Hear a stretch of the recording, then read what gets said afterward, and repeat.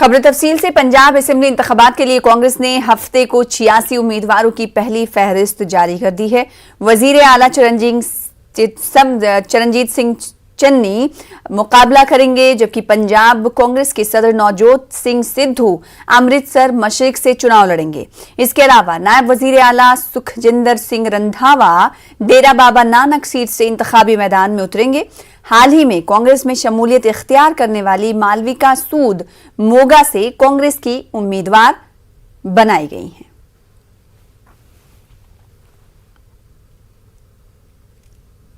वहीं UP assembly इंतखाबात 2022 के लिए बीजेपी ने अपने उम्मीदवारों की पहली फहरिस्त जारी कर दी है। पहले और दूसरे मरहले की टिकट का ऐलान कर दिया गया है, जिसके तहत वजीर आला योगी आदित्यनाथ को गोरखपुर शहर से टिकट मिला है। वहीं सराथू सीट से केशव प्रसाद मौर्य इंतखाब लड़ेंगे, जबकि संगीत सोम को सरधना, योगेश धामा को बागपत, अतुल गर्ग को गाजियाबाद, नंदकिशोर गुज्जर को लोनी और पंकज सिंह को नोएडा से टिकट मिला है। आज हम पहला चरण की 58 सीट में से 58 सीटों में से 57 सीटों की आज हम अभी आपके सामने नाम रखेंगे।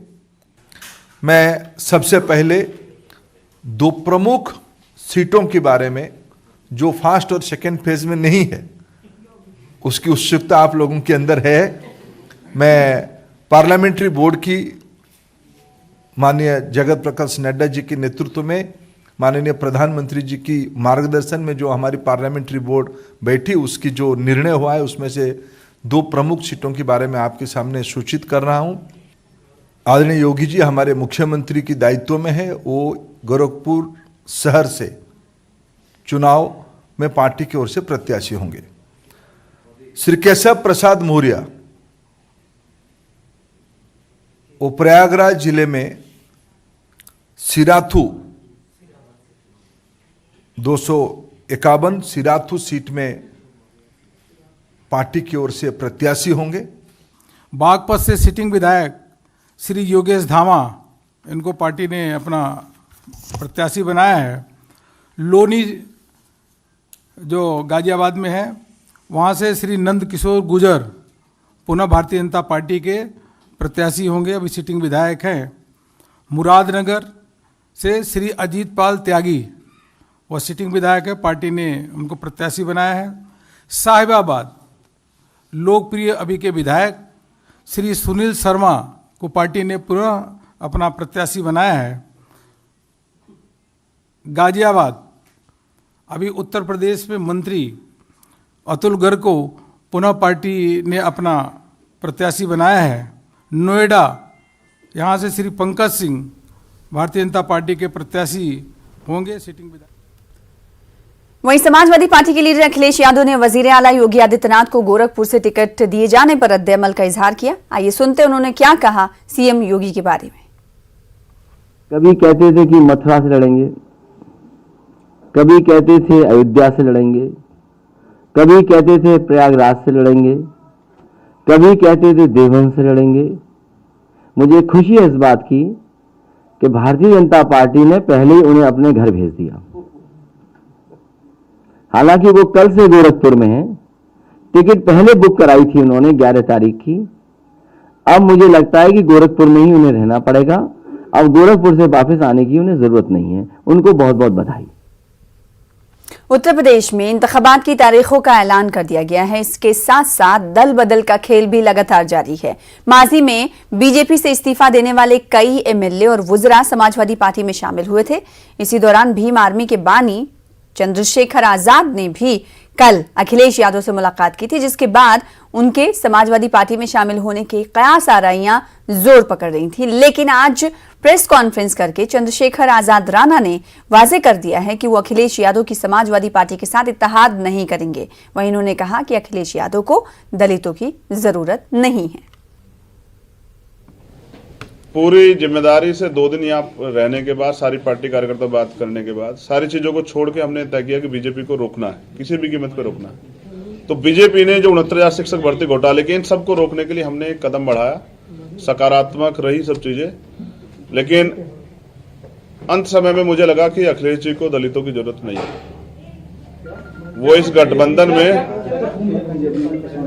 गठबंधन में दलित नेताओं को, दलित लीडरशिप को नहीं चाहते।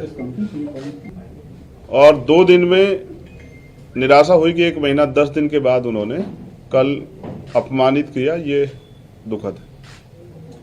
अपमानित किया आपको? हाँ, ये बहुजन समाज के लोगों का उन्होंने अपमान किया है। किसने सर? अखिलेश यादव ने। मुझे ये भरोसा था कि वो भी 85% बहुजन समाज के लोगों को इकट्ठा करने का प्रयास करेंगे, क्योंकि हम सब लोग भाजपा को रोकने का प्रयास कर रहे थे। मैं समझता कि यहाँ पीठ के दर्द के बाद भी 2 दिन से हूँ कि किसी तरह से बात सकारात्मक हो जाए, लेकिन कल आने के बाद उन्होंने कहा था कि मैं शाम तक बताता हूँ। उनका जवाब अभी तक नहीं है। अपने दम पे लड़ेंगे और प्रयास करेंगे जो अभी बिखरा विपक्ष है उसको एकजुट करें। अगर वो नहीं होगा तो अपने दम पे लड़ेंगे। इंतखाबी बिगुल बजने के बाद हर जमात की जानिब से पार्टी उम्मीदवारों के नामों का ऐलान किया जा रहा है। बहुजन समाज पार्टी ने भी अपने उम्मीदवारों के नामों की फहरिस्त जारी कर दी है। बीएसपी की सुप्रीमो मायावती ने अपनी यौम पैदाइश के मौके पर पहले मरहले के तहत मुकाबला करने वाले 53 उम्मीदवारों के नामों की फहरिस्त जारी की है। मजीद 5 उम्मीदवारों के नामों का ऐलान 1 या 2 दिन में किया जाएगा। पहले चरण की जो 58 विधानसभा की सीटें हैं, तो उनमें से 53 विधानसभा की सीटों पर कैंडिडेट फाइनल कर दिए हैं। 5 सीटें बची है, 1-2 दिन में वो भी फाइनल हो जाएगा।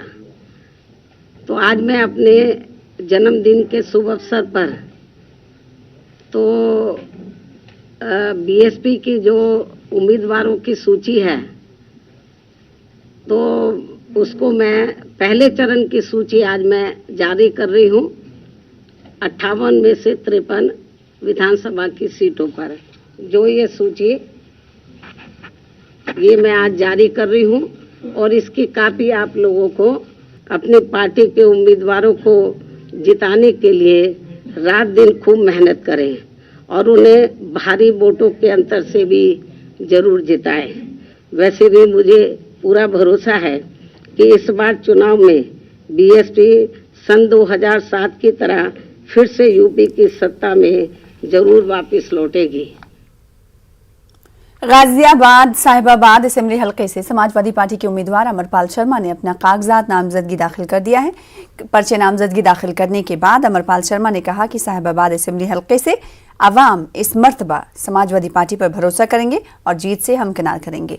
ख्याल है कि बीजेपी ने गाजियाबाद की 5 असेंबली सीटों पर अपनी मौजूदा अरकान असेंबली को ही टिकट दिया है।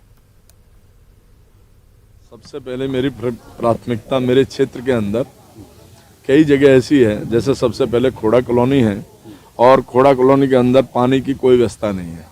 हर घर में पानी पहुंचाने की व्यवस्था ब्रजविहार से लेके वैशाली तक, और वैशाली के एक गंदा नाला है जिसके कारण लोग बहुत बीमार होते हैं।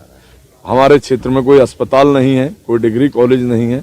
यही मेन प्राथमिकता हमारी रहेंगी। देखिए, ये जो दल बदलने का आप क्वेश्चन करते हैं, मैं जानता हूँ 1 साल पहले आप दूसरे चैनल में थे, आज आप इस चैनल में हैं। आप भी चैनल बदलते हैं।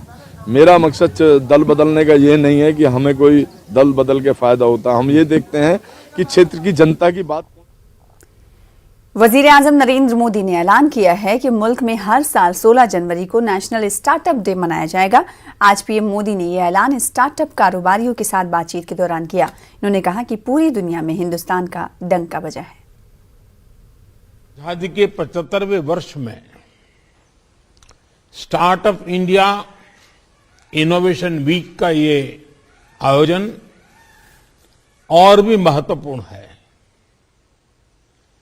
जब भारत अपनी आजादी के 100 वर्ष पूरे करेगा, उस भव्य भारत के निर्माण में आपकी भूमिका बहुत बड़ी है। देश के उन सभी स्टार्टअप्स को, सभी इनोवेटिव युवाओं को बहुत बहुत बधाई देता हूं, जो स्टार्टअप्स की दुनिया में भारत का झंडा बुलंद कर रहे हैं।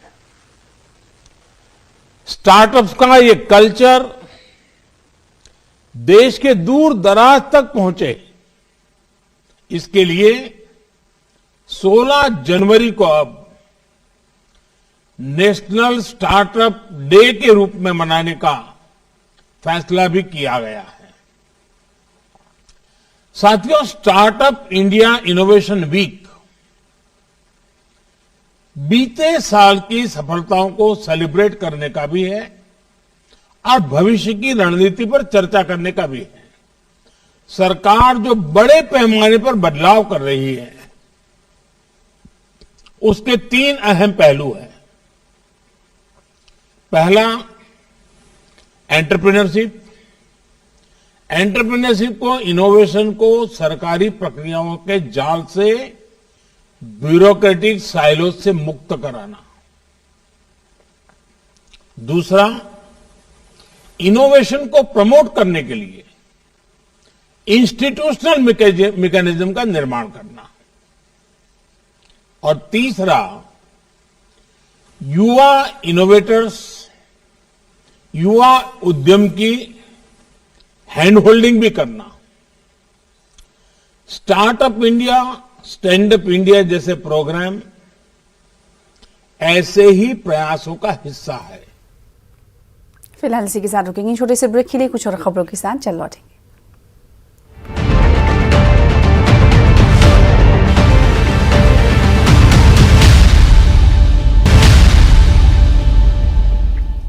मुल्क में कोरोना के नए मामलों में मुसलसल इजाफा हो रहा है। वजारत सेहत के जरिए जारी करदा एदाद-ओ-शुमार के मुताबिक पिछले 24 घंटों में 2,78,833 नए मामले सामने आए हैं, जबकि इसी अरसे में 1,22,684 अफराद शिफायाब हुए हैं।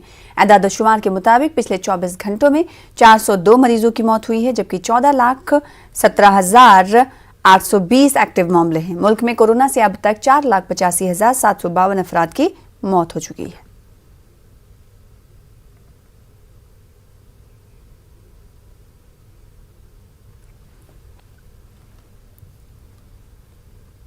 मुंबई से मुत्तसिल मुस्लिम अक्सरियती शहर मुंब्रा में कई बरसों से जेर तामीर म्युनिसिपल कॉरपोरेशन के अस्पताल के कुछ हिस्सों का वैक्सीन, एक्सरे और दिगर जरूरी इलाज के लिए रियासत के हाउसिंग मिनिस्टर जितेंद्र औहाड़ के हाथों इफ्तिताह अमल में लाया गया। ये शहर का सबसे बड़ा वैक्सीन सेंटर है। यहाँ पर वैक्सीनेशन का माकूल इंतजाम है। वैक्सीनेशन का एक बड़ा कैंप यहाँ पे लगाया गया है और ये कंटिन्यूस यहाँ पे रहेगा। आप हॉस्पिटल आप देख रहे हैं, मुझे नहीं लगता मुंब्रा में इतना खूबसूरत कोई प्राइवेट हॉस्पिटल है। सयाती मकाम गुलमर्ग जाने वाले सयाहों और आम लोगों को कुंजर में अब कोविड टेस्टिंग से गुजरना पड़ेगा। महकमे हेल्थ ने कुंजर में काउंटर कायम किया, जहां गुलमर्ग जाने वाले सयाहों की टेस्टिंग की जा रही है। साथ ही उनकी वैक्सीन लगाने की सर्टिफिकेट भी चेक की जा रही हैं। ग्राउंड जीरो से जायजा लिया हमारे नुमाइंदे मुनीर हुसैन हुर्रा ने। तीसरी लहर के पेश नज़र इंतजामिया ने इकदाम उठाए हैं कि कुंजर में जो भी अब गुलमर्ग की जानिब जो भी सयाह जाएगा, जो भी आम लोग मुकामी लोग जाएंगे, उसको कुंजर में से ही यहाँ पे कोविड टेस्टिंग से गुजरना पड़ेगा। और यहाँ पे आप देख सकते हैं कि जो भी सयाह जो यहाँ पे गुलमर्ग की तरफ आ रहे हैं, यहाँ पे उन्हें रोका जा रहा है, उनकी टेस्टिंग यहाँ पे ली जा रही है। और इस तरह उनके साथ साथ यहाँ पे ये भी चेक किया जा रहा है कि वहाँ पे वैक्सीनेशन के 2 डोज है वो किए हैं, और उस चीज़ का भी बाज़ाब्ता यहाँ पे चेकिंग हो रही है। और आप तस्वीरों में देख सकते हैं कि किस तरह यहाँ पे जो भी गुलमर्ग मुकामी लोग हो, सयाह हो, जो गुलमर्ग जा रहे हैं, बाबा ऋषि या ध्रंग जाने के लिए जा रहे हैं, और उनको यहाँ पे बाज़ाब्ता काउंटर कायम किया गया है और उनकी टेस्टिंग की जा रही है। और उसके बाद ही उन्हें गुलमर्ग जाने की, बाबा ऋषि और ध्रंग जाने की इजाजत दी जा रही है। और आप तस्वीर में देख सकते हैं कि किस तरह जम्मू कश्मीर पुलिस जो है बाज़ाब्ता यहाँ पे तैनात है, और इस सिलसिले में जो भी यहाँ से गाड़ी गुजर रही है और उसको यहाँ पे रोका जा रहा है और यहाँ पे बाज़ाब्ता तौर पे टेस्टिंग की जा रही है। और साथ साथ यहाँ पे जो भी पॉजिटिव केस निकलेगा और उसको वापस यहाँ पे आइसोलेशन के लिए रवाना किया जाता है। और यहाँ पे हमारे साथ कुछ लोग भी, उनसे भी हम जानने की कोशिश करेंगे। जी, आप बताइए, जो इकदाम है यहाँ पे टेस्टिंग का, क्योंकि कोविड की तीसरी लहर यहाँ पे बढ़ रही है, तो ये एक आप अच्छा कदम मानते हैं? ये बिल्कुल सही मानते हैं जी। ये तो टेस्ट होना चाहिए। देखिए, मैंने भी डबल वैक्सीन लगा ली, मगर इसके लिए, ये टूरिस्ट के लिए, सिक्योरिटी के लिए बहुत ही अच्छा चीज़ है। तो मैं कलकत्ता से आ रहा हूँ, मैं ये मानता हूँ कि this is good for everyone.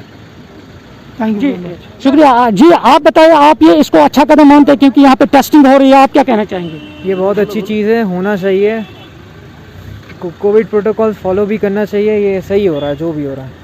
नाज़रीन, आप देख सकते हैं कि किस तरह ये सयाह भी खुश है कि ये इसकी यहाँ पे सराहना करते हैं कि इंतजामिया की तरफ से जो यहाँ पे टेस्टिंग हो रही है और ये सही हो रहा है। हमारे साथ एक खातून भी है, इनसे भी हम जानने की। जी आप बताएं, आप कहाँ से हैं?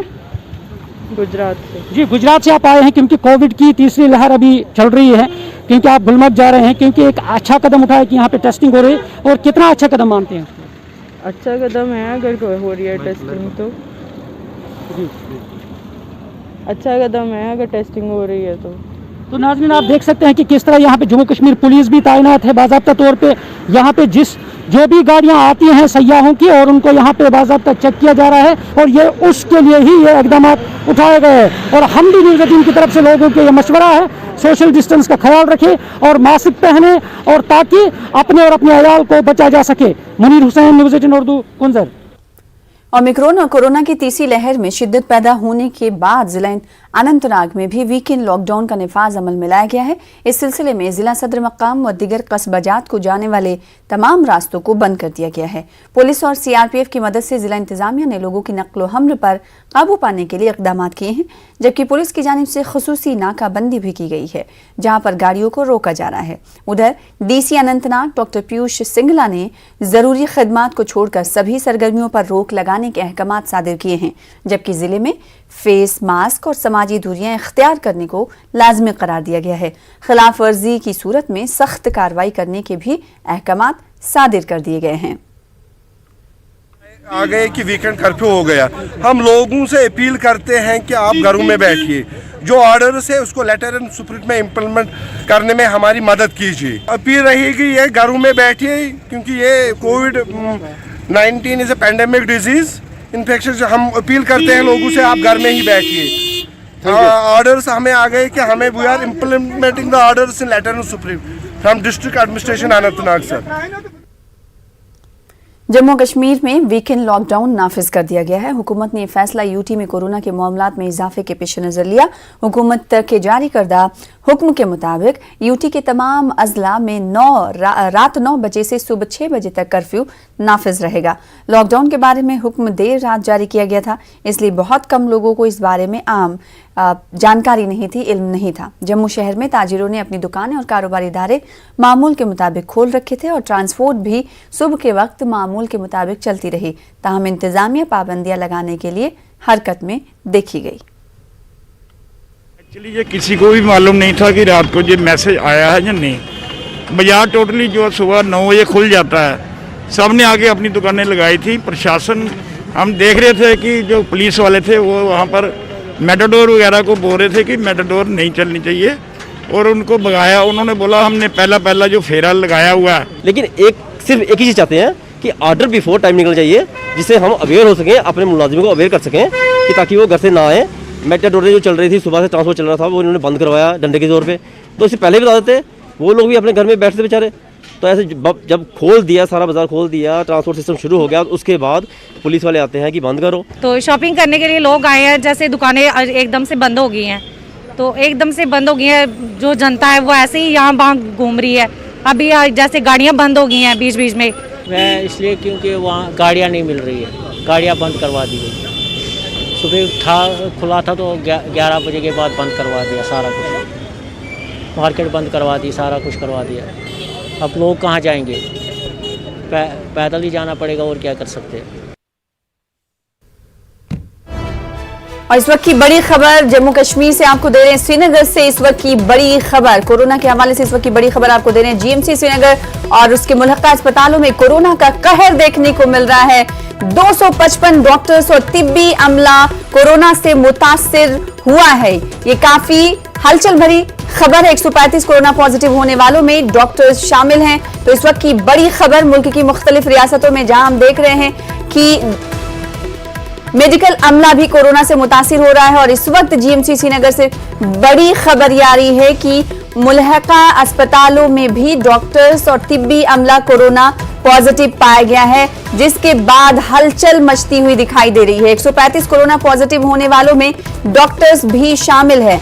आपको याद होगा नाज़रीन कि मुल्क की मुख्तलिफ रियासतों से ऐसी खबरें मौसूल होती रहीं और जम्मू कश्मीर के श्रीनगर से इस वक्त की बड़ी खबर मौसूल हो रही है, जिसमें जीएमसी श्रीनगर और उसके मुल्हका अस्पतालों में कोरोना का कहर देखने को मिल रहा है। 255 डॉक्टर्स और तिब्बी अमला कोरोना से मुतासिर हुए हैं, जो कि बड़ी खबर मानी जा रही है, क्योंकि अस्पताल में मरीज इलाज मुआलजा के लिए जाते हैं और जब डॉक्टर्स ही पॉजिटिव आ जाएं तो फिर इलाज किसके भरोसे हो, इसका अंदाजा लगाया जा सकता है। तो श्रीनगर से इस वक्त की बड़ी खबर, तीसरी लहर में जीएमसी श्रीनगर और उसके मुल्हका अस्पतालों में कोरोना का कहर, कोरोना बम टूटता हुआ दिखाई दे रहा है। 255 डॉक्टर्स और तिब्बी अमला कोरोना से मुतासिर हुआ है। तो इस वक्त की बड़ी खबर आपको जम्मू कश्मीर से दे रहे हैं।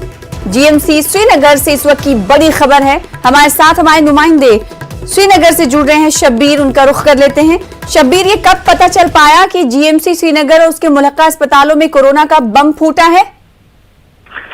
देखिए सना, ये असल में ये जीएमसी एक नहीं है। जीएमसी के तहत कई हॉस्पिटल्स आते हैं जिनमें ये केस अभी तक, जब से यहाँ पे थर्ड वेव शुरू हुई है तब से ये केस आए।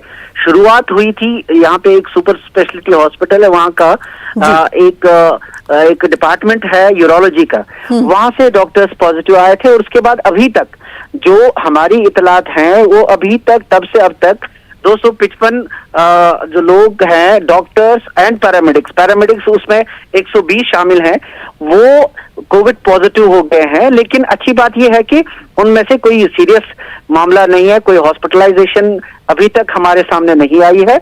हाँ, जो ओमिक्रॉन जब से हुए हैं, जब इसमें खदशा पहले से है कि ओमिक्रॉन की वजह से इन्फेक्शन बहुत ज्यादा है और ये तो डॉक्टर सीधे कांटेक्ट में रहते हैं। हालांकि अब एसएमएचएस या जीएमसी के जो बाकी हॉस्पिटल्स हैं वहां पे ओपीडी सर्विसेज बंद कर दी गई है। स्किम्स ने भी ऐसा ही किया है, टेली मेडिसिन के टेली सर्विसेज के जरिए पेशेंट्स को देखा जा रहा है। वजह यही है कि डॉक्टर्स क्योंकि कांटेक्ट में आते हैं, ओमिक्रॉन के चलते इन्फेक्शन बहुत जल्दी तेज फैलती है। इससे अंदाजा आपको होगा क्योंकि कम्युनिटी से डायरेक्ट कांटेक्ट डॉक्टरों का रहता है, तो डॉक्टर्स भी मुतासिर हो रहे हैं। मुल्क की मुख्तलिफ रियासतों से ऐसी खबरें मौसूल होती रही। और यहाँ पर नाज़रीन आपको बताना जरूरी है, जैसा कि शब्बीर ने कहा कि सिर्फ एक अस्पताल नहीं बल्कि जीएमसी के अंदर कई सारे अस्पताल होते हैं। तो अब तक जो कोरोना पॉजिटिव या ओमिक्रॉन से पॉजिटिव जो डॉक्टरों की तादाद है वो 255 पहुंच चुकी है। बहुत शुक्रिया शब्बीर हमारे साथ जुड़ने के लिए, अपडेट देने के लिए।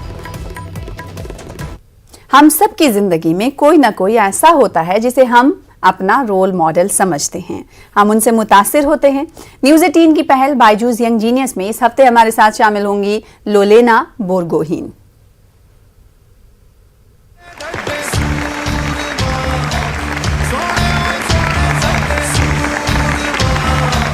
Olympic bronze medal winner Lovlina Borgohain, Assam की।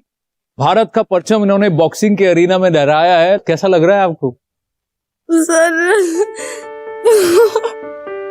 आप भी छोटे से गांव से आती हैं जी, है ना? आपके गांव में पूरा सेलिब्रेशन था जब आप मेडल जीती थी, पर लेकिन जब आपने शुरुआत किया, प्रॉब्लम तो बचपन से ही शुरू हो गए थे क्योंकि हमारे घर में तीनों लड़की थी। हाँ। तो लोग बहुत बोलते थे कि मतलब लड़की कुछ नहीं कर सकता है, और हमारा घर का फाइनेंशियल सिचुएशन बहुत खराब था। सुबह अगर हम लोगों को खाने के लिए मिलते थे तो रात को हम सोचना पड़ता था कि क्या होगा, कैसे होगा। आप अपनी गेम में, बॉक्सिंग में सबसे ज्यादा आपका पावरफुल अटैक क्या रहता है? मैं हर तरह का गेम खेल सकती हूँ। मैं एक ओपोनेंट को देखती हूँ और स्ट्रेटजी बनाती हूँ, और मैं किसी के साथ सेम गेम नहीं खेलती हूँ। कोई पर्स छीनने के लिए आता हाँ। है तो मान लीजिए राइट साइड से आपकी तरफ आया तो मैं ऐसे बढ़ा तो आप ये इस हाथ को हटा दिया। एक एक कहीं पे भी ये भी मार सकता है, हाँ। ये भी मार सकता है। चांस मिल जाता है कि एक हाथ अगर ब्लॉक कर दिया उसका पूरा बॉडी खुल जाता है। तो बॉडी खुल जाता है। हाँ। आप जरा तजम्मुल से पूछते हैं। तजम्मुल, सबसे पहली बात कि अगर कोई आपकी तरफ आ रहा है तो आप किक कहाँ करेंगे? सब पहले तो ये आप चेस्ट पे भी किक कर सकते हैं। हाँ। अगर आप वो बचाने की कोशिश करो तो थाई पे किक कर सकते हैं, फिर एब्स पे दे सकते हैं, और फिर अपने मुंह पे भी मार सकते हैं। फुल ऑन अटैक ही हो गया। अब एक बात बताइए, मैं तो 6 फुट से ऊपर हूँ, आप कितना किक कर सकते हैं? ये यहाँ पे रख लूं? आप तो चढ़ा सकते हैं, आप बस सिंपल। अरे बाप रे, तो सीधा यहाँ कान पे। या तो आप दिखा के ये चढ़ा सकते हैं। अरे बाप रे, फेस के ऊपर से तो इतना हाई आप किक कर सकती हैं? हाँ, तो ये यहाँ तक तो आराम से टच हो जाता होगा। हाइट से ऊपर। अरे बाप रे, अरे वाह, सुपर।